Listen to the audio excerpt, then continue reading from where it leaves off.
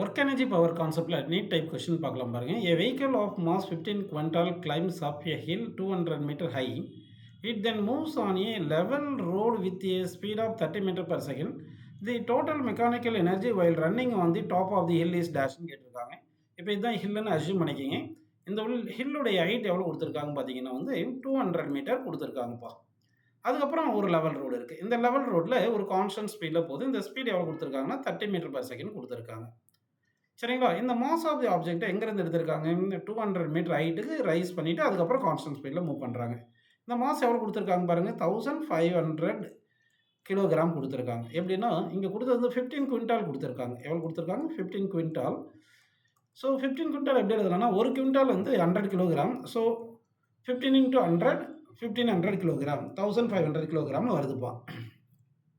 இப்போ நமக்கு total mechanical energy கேட்டிருக்காங்க. Total mechanical energy is equal என்ன பார்த்தீங்கன்னா, gravitational potential energy plus kinetic energy போட்டுக்கலாம். கிராவிடேஷனல் பொட்டன்ஷியல் எனர்ஜி என்ன ஃபார்முலா? mgh. கைனடிக் எனர்ஜிக்கு ½ mv² போட்டுக்குங்க.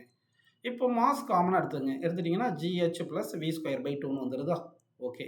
இப்போ m வந்து 1500ன்னு போட்டுங்க. g வந்து 9.8 எடுத்துக்கப்பா. h வந்து என்ன போடலாம்னா 200 போட்டுக்கலாம். v வந்து 30 ஸ்கொயர் போட்டுட்டு டிவைட் பை 2ன்னு போட்டுக்கோங்க. ஓகேவா? இந்த 30 ஸ்கொயர் 900/2 வந்து 450ன்னு வந்துடும். ஓகேங்களா? இது எல்லாமே சிம்ப்ளை பண்ணணும். நம்ம சிம்ப்ளை பண்ணோம்னா நமக்கு என்ன ஒரு ஆன்சர் பார்த்தீங்கன்னா 3.615 இன்ட்டு 10⁻6ல் வரும்ப்பா. சரிங்களா? ஆன்சர் வந்து ஜூல். யூனிட் வந்து ஜூல். ஸோ அப்போது எந்த ஆப்ஷன் கரெக்ட் பார்த்தீங்கன்னா ஃபர்ஸ்ட் ஆப்ஷன் வந்து கரெக்டான ஆன்சர் அப்படின்னு நம்ம எடுத்துக்கலாம். ஓகேங்களா? சரி, அடுத்த கொஸ்டின் போயிடலாம் பாருங்கள். A massless spring with a force constant 40 Newton per meter hangs vertically from the ceiling. A 0.2 kilogram block is attached to the end of the spring and held in such a position that the spring has its natural length and suddenly released. The maximum elastic strain energy stored in the spring கேட்குறாங்க. இப்போ தான் ஒரு spring, இங்கே வந்து ஒரு mass இருக்குது. இது natural பொசிஷனில் இருக்குது. இது அதாவது L0 நேச்சுரல் பொசிஷனில் இருக்குது. இப்போ சடனாக விட்டு பண்ண என்ன ஆகும்னா அது பொட்டன்ஷியல் எனர்ஜி வந்து டிக்ரீஸ் ஆகும். அந்த டிக்ரீஸ் இன் பொட்டன்ஷியல் எனர்ஜி வந்து எலாஸ்டிக் பொட்டன்ஷியல் எனர்ஜியாக ஸ்டோர் ஆகிக்கும். இப்போ இந்த எக்ஸ்டென்ஷன் எவ்வளோ பார்த்தீங்கன்னா எக்ஸ் அளவுக்கு எக்ஸ்டென்ஷன் ஆகிருக்கு அப்படின்னு எடுத்துக்கலாம். ஓகேங்களா?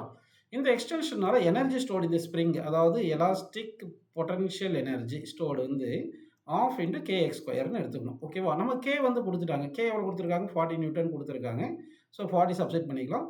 இந்த எலாமினேஷன் மட்டும் கண்டுபிடிச்சிட்டோம்னா சப்செட் பண்ணிடலாம். ஓகேங்களா? சரி, அதுக்கு என்ன பண்ணலாம்னா இங்கே டிக்ரீஸ் இன் பொட்டன்ஷியல் எனர்ஜி, அதாவது decrease in gravitational potential energy is equal to increase in elastic potential energy ன்னு எடுத்துக்கலாம். ஓகேங்களா? அப்படி எடுத்தீங்கன்னா decrease in potential energy mgh, mg into h வந்து xன்னு போட்டுக்கலாம். Increase in elastic potential energy ½ kx² போட்டுக்கலாம். ஓகேங்களா? ஒரு ஸ்கொயர் எக்ஸ் கேன்சல் பண்ணிட்டீங்கன்னா இந்த எக்ஸ் மட்டும் ரைட் சைடில் வச்சுக்கிட்டிங்கன்னா எக்ஸ் ஈக்குவல் டு இந்த 2 இந்த பக்கம் கொண்டு வந்துருங்க. 2 இன்ட்டு mg டிவைட் பை கேன்னு வந்துடும். இப்போ இந்த எக்ஸை கொண்டு வந்து இங்கே சப்ஸ்டிட் பண்ணிடுங்கப்பா. அப்போ என்ன ஆகுது? u is equal to ½ into K into X பிளேஸில் என்ன பண்ணும்? 2mg/k, அதாவது 2mg/k ஹோல் ஸ்கொயர்னு போட்டுக்கணும்.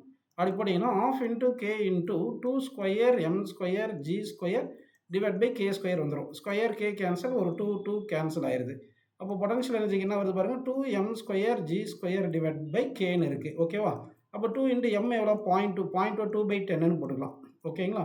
அப்போ 2²/10² இன்ட்டு g², g வந்து ஒரு 10² போட்டுங்க, டிவைட் பை கே வந்து 40. இந்த 10² கேன்சல். 2² வந்து 4, 4 இன்ட்டு 2 வந்து 8. அப்போது 8/40ன்னு வருதுங்களா? 8/40பா. அப்போ 8ம் 40யும் கேன்சல் பண்ணால் என்ன வரும்? 2/10 வரும். ஸோ 0.2 ஜூல்னு கிடைக்குது. ஆன்சர் என்னது? 0.2 ஜூல். அப்போ 0.2 ஜூல் எந்த ஆப்ஷன்லையும் இல்லாதனால நன் ஆஃப் தீஸ் அப்படின்னு நம்ம எடுத்துக்கலாம்ப்பா.